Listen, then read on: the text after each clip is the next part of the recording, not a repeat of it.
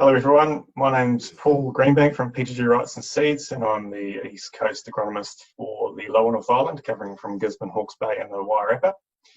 And today we're getting some advice and information off Richardson. G'day Richard, how are you? Yeah, good, thanks Paul. Really good to be here. Thanks for having me on. Yeah, thank you for your time today. So Richard works within the Wrightson Seeds team down in Kimihia, but do you want to just introduce your role a little bit further and how or what your involvement is with lucerne in the past? Yeah, thanks Paul. I'm a technical manager for Precision Ag.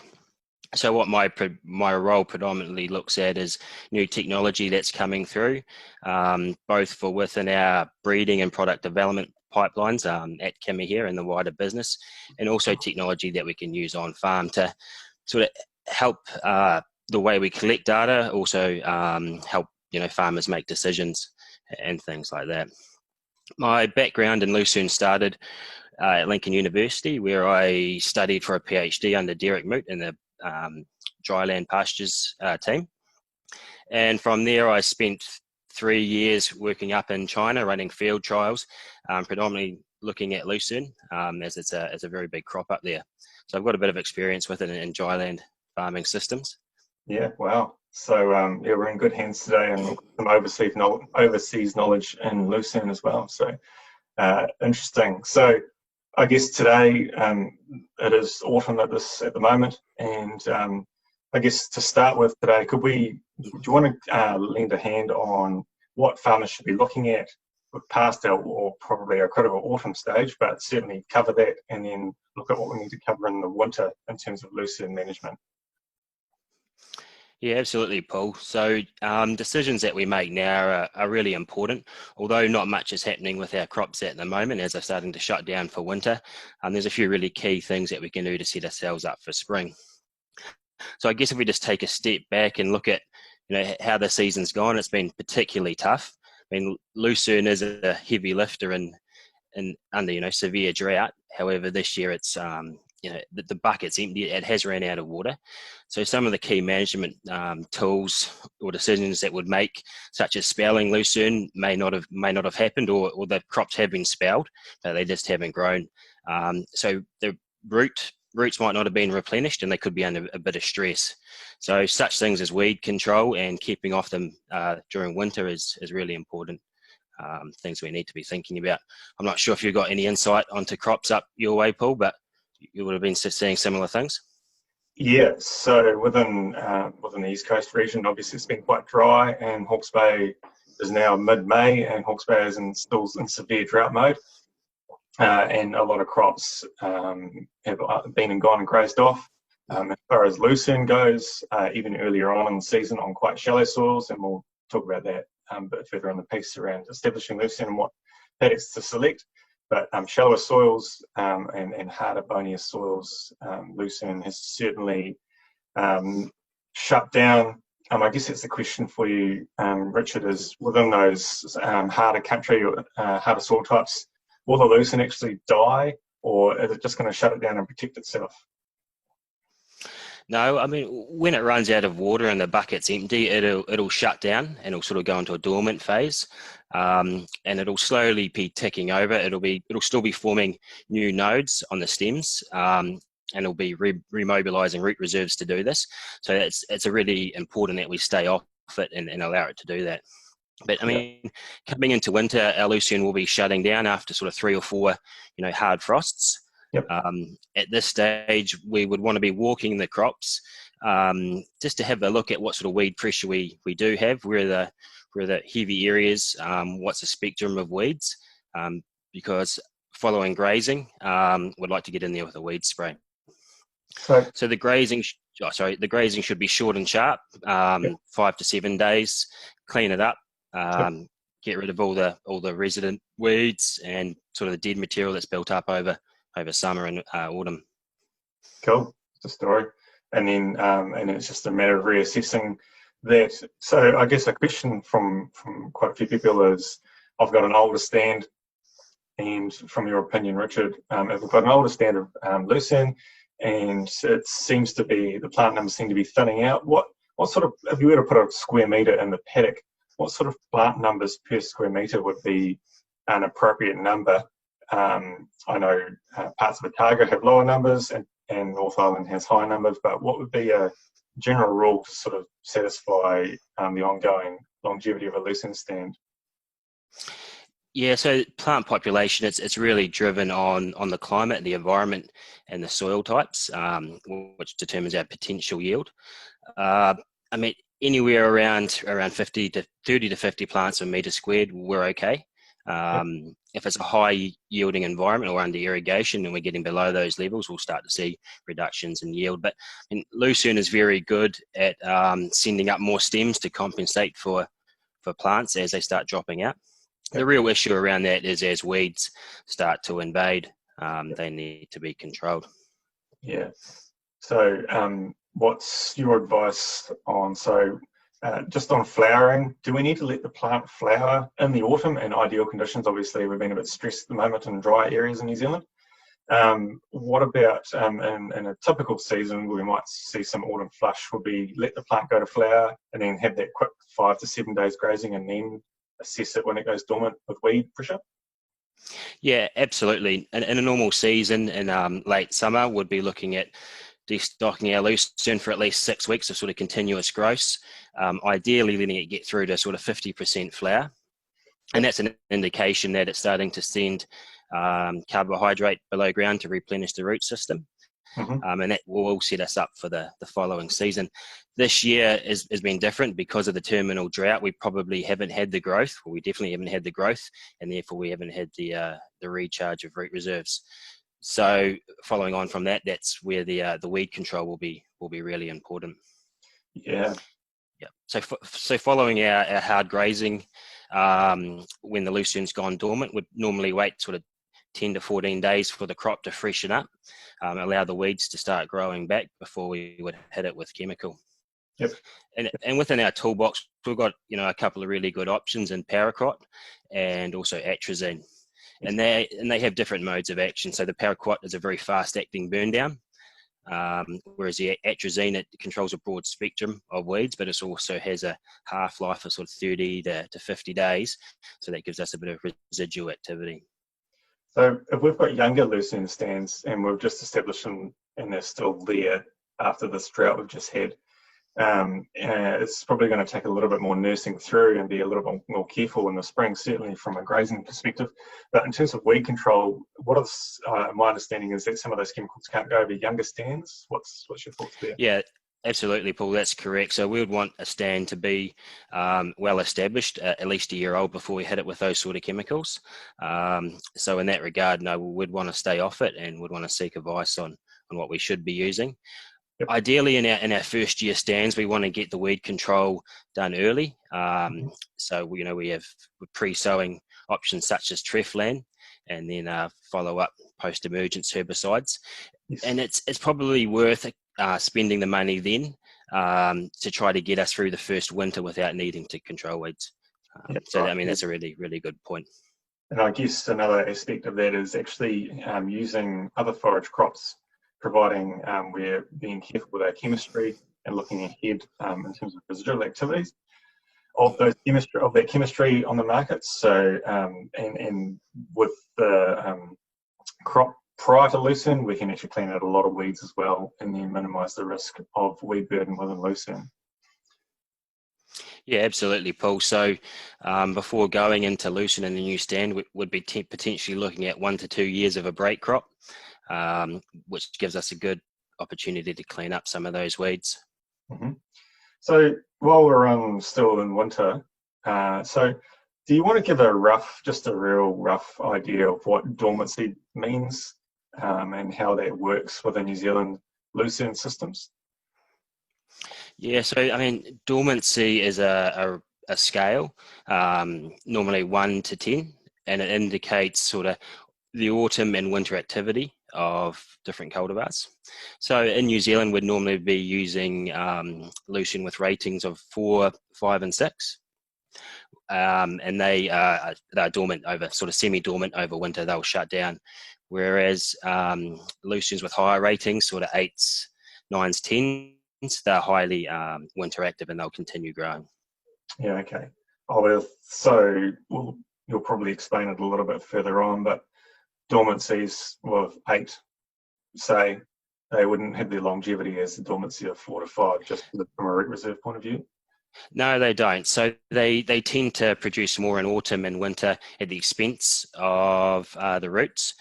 So rather than sending it below ground, they're using it to produce biomass above ground, and that eventually wears down the roots, and persistence starts to play. Yeah, cool. That's cool. So is, apart from weed sprays, a plant number per square metre, and just an assessment of general crop health, is there anything else that we need to be looking at within preparation for winter or during winter for lucerne? I think the real key thing is staying off it. So it'll start to green up. It'll send up the shoots, and it'll start producing the new leaves.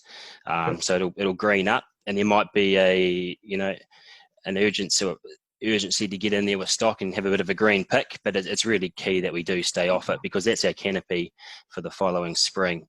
And come mid-September, those leaves are going to start expanding and form our canopy, and that's where our yield is going to be.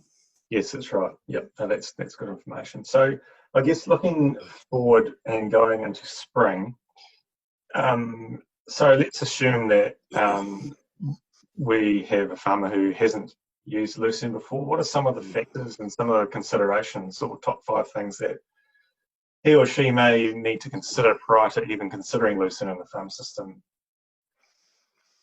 I think initially it's worth sitting down with the farmer and talking about how lucerne's going to fit into the farming system, and probably going beyond the traditional use of lucerne, where it's grown in the house paddock for hay or for baleage, and integrating into larger areas where we can start getting grazing rotations going, where stock can be spending sort of 6 to 8 weeks on it in spring, particularly ewes and lambs, is where we start getting the best out of it. Yep. Another important consideration is paddock selection. So we want to be growing it on our deeper soils on our farms, and because of its taproot, the deeper the soil, the more water it's going to hold, and the most we're going to get out of it. So I think they're probably the 2 really important considerations. Yeah. So certainly, subdivision is very key in forage systems, and having that subdivision, it's a fundamental of farming and having control over crops. Yeah, absolutely. And obviously stock water, all those good factors, and I guess if you do have a not so deep soil, but you're really desperate and really think lucerne's going to fit the system, certainly assisting that with an aerator or something, with some sort of implement to free up the soil to allow roots to get to a greater depth, is certainly an advantage to deep rooting crops like lucerne. Yeah, it is. And to get the most out of it, you want the taproot to be able to get as deep as it can. And having said that, the research shown even in stony soils, the root will get down to 2.5 metres within its second year. So it'll find its way down. Yeah, cool. That's a story. So we'll fast forward into spring mode. One thing that lucerne differs from other forages is that it actually grows on air temperature. Is that correct?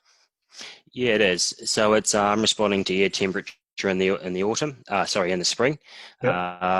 And that's why it'll be a couple of weeks behind pasture, because that'll kick off sooner. Down here at Lincoln, we're looking at sort of the 2nd to 3rd week of September generally, before we can get onto it. Yep. And what's really important to note, and it's been well publicised, is we don't need to wait for lucerne to flower in spring before we graze it. And as we get a hold on our grazing rotations, we can come in, quite early, sort of when the crop is 15 to 20 centimetres tall, or around 1,500 kgs of dry matter. Yeah, no, that's cool. Yep. So, I guess you've mentioned some herbicides that you can use, such as Steferin, as a pre-emerge to help weed control if you were to plant lucerne. I guess the question, just thinking about planting timings, I think you've done a little bit of work on timings of plantings in the spring. or some farmers like to have or prefer to have the autumn sown crop. What's your preferred? What do you think is best, and what are the pros and cons of both? Yeah, I mean, in spring, we're looking for soil temperatures to be above 8 degrees and increasing before we want to be sowing. So that's typically late September, October down here, and possibly the same up north. Definitely. Yeah, our preference is definitely spring sowing, and I'll just bring up some data around that. And the preference is really because we want to, sorry. That's all right. Share the screen there. Share screen, yep.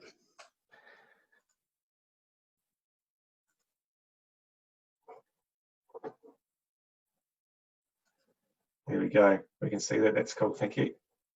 No problem. Yeah, so the reason why we want to sow it early in spring is so we can get the crop established, and that's because in that first year it's really starting to build its taproot, and that sets us up for,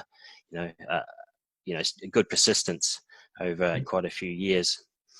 So what we have here in this graph is annual yields in the first year from 5 different sowing dates. So you can see for the crop which was sown on a heavy soil at Lincoln, when sown in October, we can grow about 12 tonnes in the first year. Mm-hmm. And that decreases quite considerably down to about 4 tonnes when sown in February. Yep. And that represents a potential yield loss of about 80 kgs of dry matter a day. So that's quite considerable.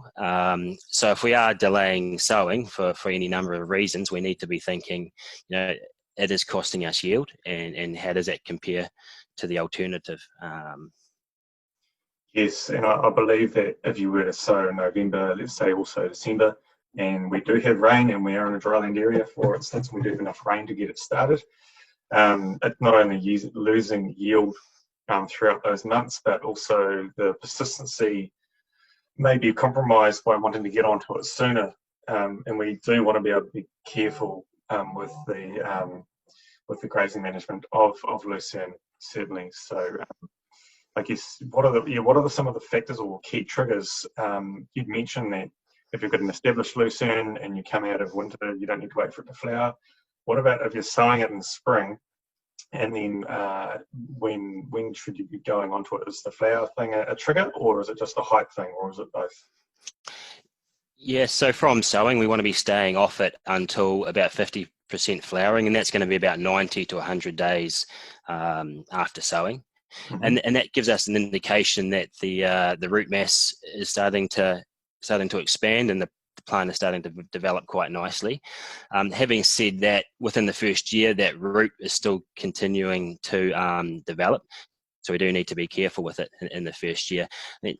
The alternative to that, if there is weed pressure, we can come in and do a light graze when the crop is sort of 15 to 20 centimetres tall, just to sort of take the growing points off those weeds, and then get off and allow the crop to flower. Cool. So I mean, this photo on the slide, it gives a good visual indication of what an October sown taproot compared to a February sown taproot looks like in the first winter. So for a crop to get through the winter, would be wanting it to be this size, whereas at this size, it's vulnerable to weed invasion and other things like that. Following on from that, the second spring, the October sown crop is actually going to start growing a little bit sooner, and there'll be more herbage available because there's more fuel in the tank, so to speak. Yeah. So I like to sort of suggest that the root system is like a petrol tank. The more roots we have, the greater the fuel we've got to drive that yield. So let's just say we're having a bit of a tough spring. Should we irrigate establishing lucerne? What's the thoughts on that? I ideally would like to probably irrigate before we drilled, get the soil moisture levels right, and that'll also help with a pre-sowing herbicide application such as Treflan, which needs moisture to be activated.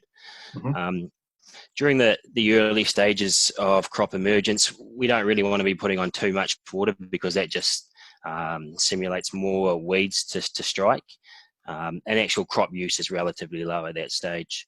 Okay. As the crop develops and the canopy starts to fill up, it'll be demanding more water, and that's when we could come in with an irrigation. Yeah, I suppose it's all about encouraging the plant to find and seek and chase water into the soil profile rather than let it hang around the top, and I guess possibly make it a bit lazy.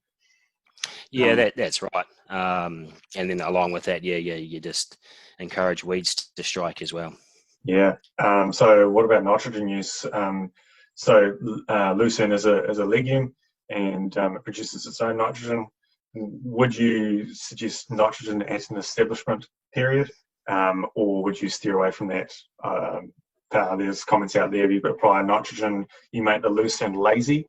What are your thoughts around lucerne and nitrogen use early on? I mean, that would depend on our soil N levels at sowing, but I mean, a small spike of N, either using DAP fertilizer, it is recommended if our soil N tests are low. So we're sort of talking 30 to 40 units of nitrogen, and that will help to get the crop up and going. And it shouldn't make it lazy. If we're continuing to apply nitrogen throughout the season, that's when we'll start to see the effect of making it lazy. But no, a small amount of nitrogen at the start is okay, and it helps the crop to get up and going. But further to that, phosphorus is key. So we need phosphorus with the seed at sowing. Yep. And Just that helps with plant establishment. Yeah, that's right. Phosphate is very essential for young seedlings and its development. Mm-hmm. On that sowing, springs to mind sowing rate. What's the coated seeding rate we should be using for lucerne? Yeah, it depends on the coating product that we use, but we would be recommending sort of 12 to 14 kgs per hectare, and that might differ on where you are in the country. I'm not sure what your rates you would recommend in the Hawke's Bay. Around about very similar, sort of 14 to 15 kilos per hectare. I guess another key aspect of getting lucerne up and going, as Richard mentioned, you've got to have your soil moisture there, so having a winter fallow might be an opportunity. If you can't afford a winter fallow, then certainly prior irrigation is key to get that lucerne up and going. But also, I think my experience tells me that having a consolidated seed bed, firm weed-free seed bed, is also key. You're seeing soft seed beds around with trying to establish lucerne, and the lucerne establishment has been very poor. So if you get to the point of sowing your lucerne and done all those good things, and you go out and you've rolled the paddock and you step out of the tractor and you walk around and the heel's still making a significant imprint into the soil, please roll it again. And if you aren't satisfied with that, just roll it again. I think that's probably another key message, just to maximise the seed strike to get a good even strike seed for a good start to the lucerne's life. Yeah, absolutely, Paul. I would agree with that. The thing with lucerne is that the establishment or the emergence can be spread over 2, 3, even 4 weeks, particularly in dry conditions, and that creates plants at different ages.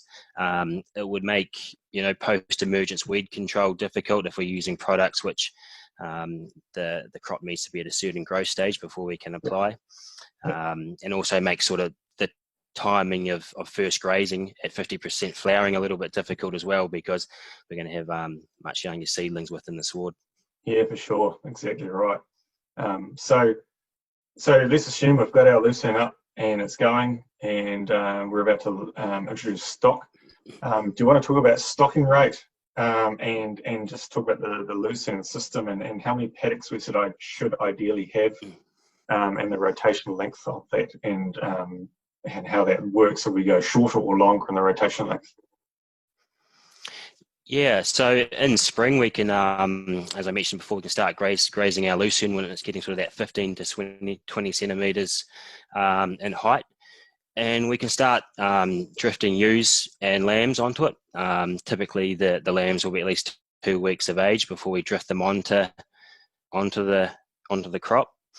And to get the most out of it, would be looking to be having them grazing for at least 6 to 8 weeks, to give them time to transition onto the feed, and then also maximize growth rates.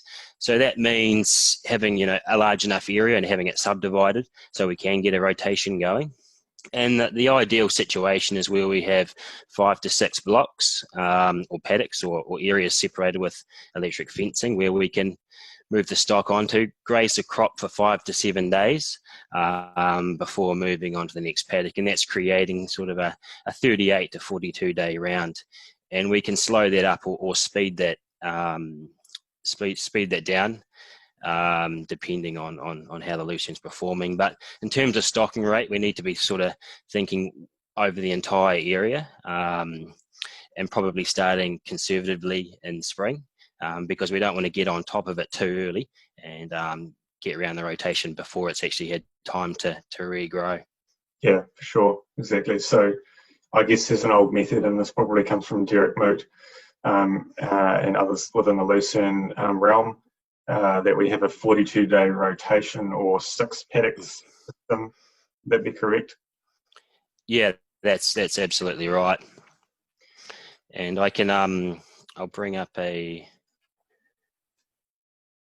slide showing a photo.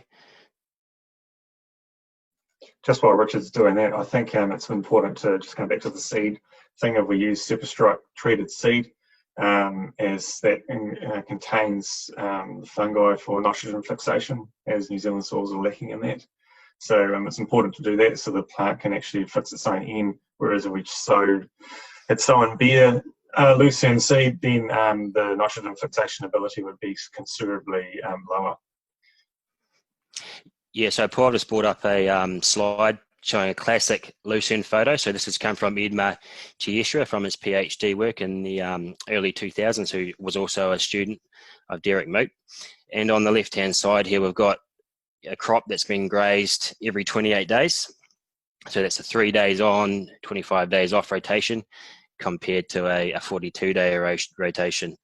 So you can really graphically see the difference between the plants. So under the short rotation, the crop isn't getting time to replenish the root reserves.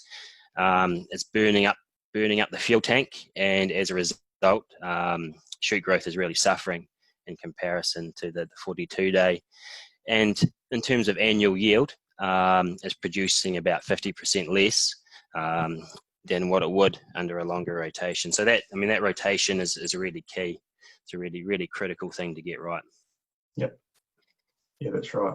Do you want to just explain, so if we're into our 4th or 5th cell within our rotation, what a true surplus is, and what management techniques we should be adhering to overcome that true surplus within the lucerne rotation? Yeah, I can. I'll just bring up another slide.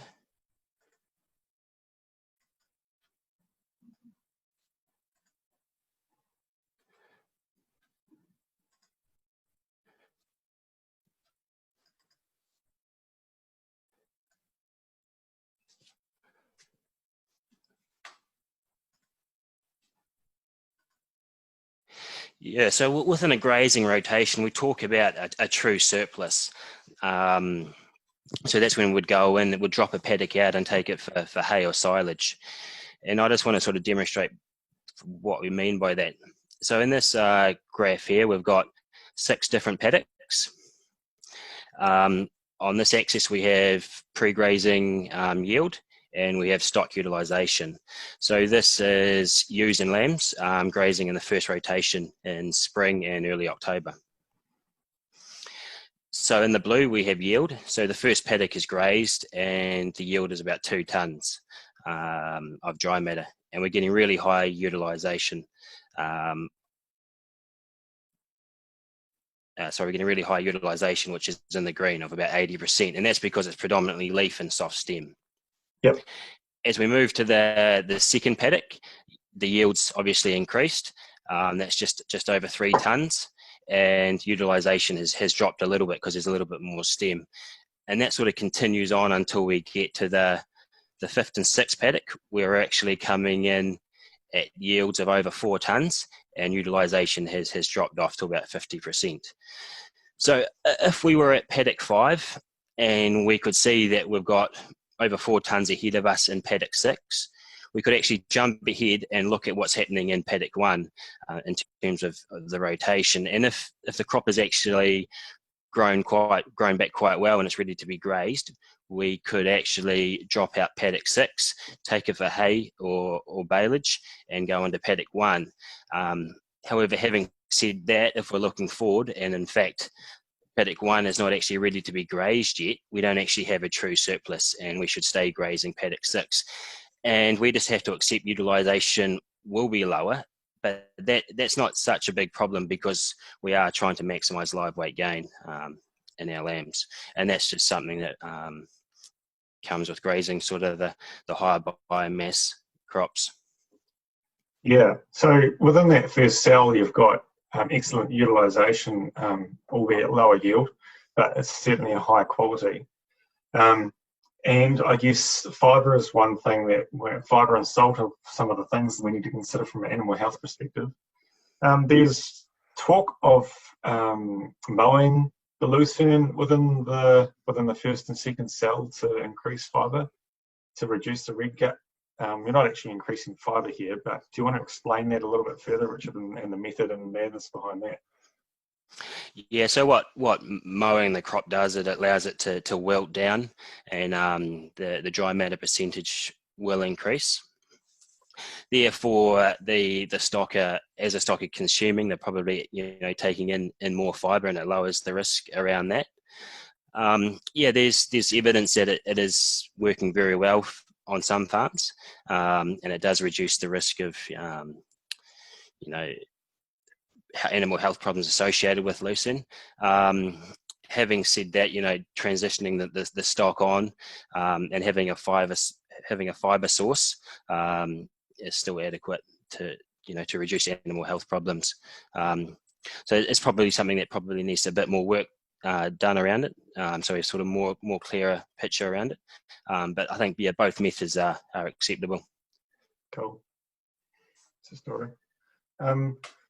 So yeah, I guess that sort of summarises the grazing management of that. If you require further information, then you can contact your local agronomist. I guess what else? What are the considerations going through the seasons do we need to consider there, Richard? I think that's mostly covering a lot of detail there. Yeah, I think we've covered off the main points.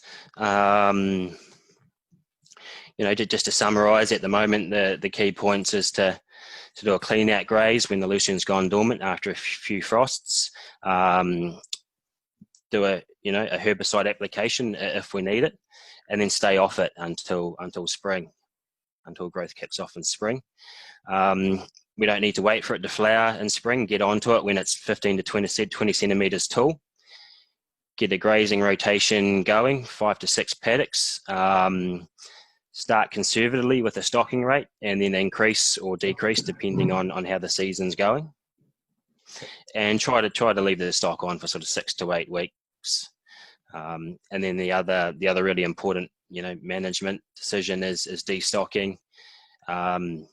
Late summer, early autumn, to allow the crop to have sort of six weeks of uninterrupted growth, ideally, to flower, for the root system to be replenished.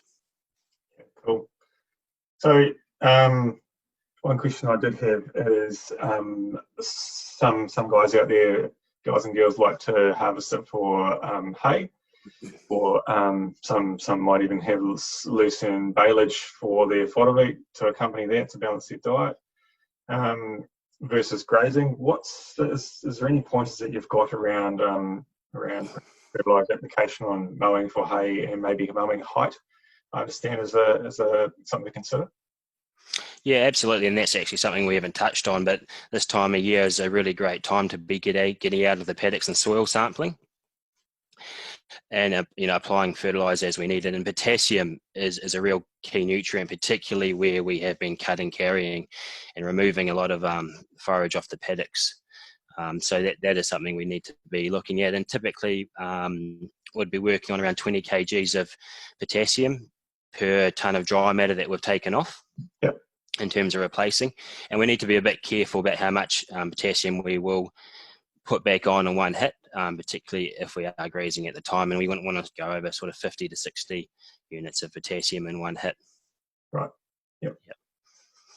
Is there a guideline on mowing height with lucerne? You don't want to scalp it too much for the crown protection, or is there a factor to consider there? Yeah, I mean that's dead right, because lucerne grows from the crown. It's sending up new shoots. When we mow, we want to be setting the cutter bar above that, which is typically around 5 centimeters. So we're not knocking over those shoots coming through, which is actually our following regrowth crop in the next rotation. Yeah, that's right. Yeah, cool. All right. Well, thanks again for your time today, Richard. I think we'll wrap it up there, but if you need or require any further information, get in contact with your local Wrightson Seeds agronomist or your local merchant retailer, and to assist you further in the season for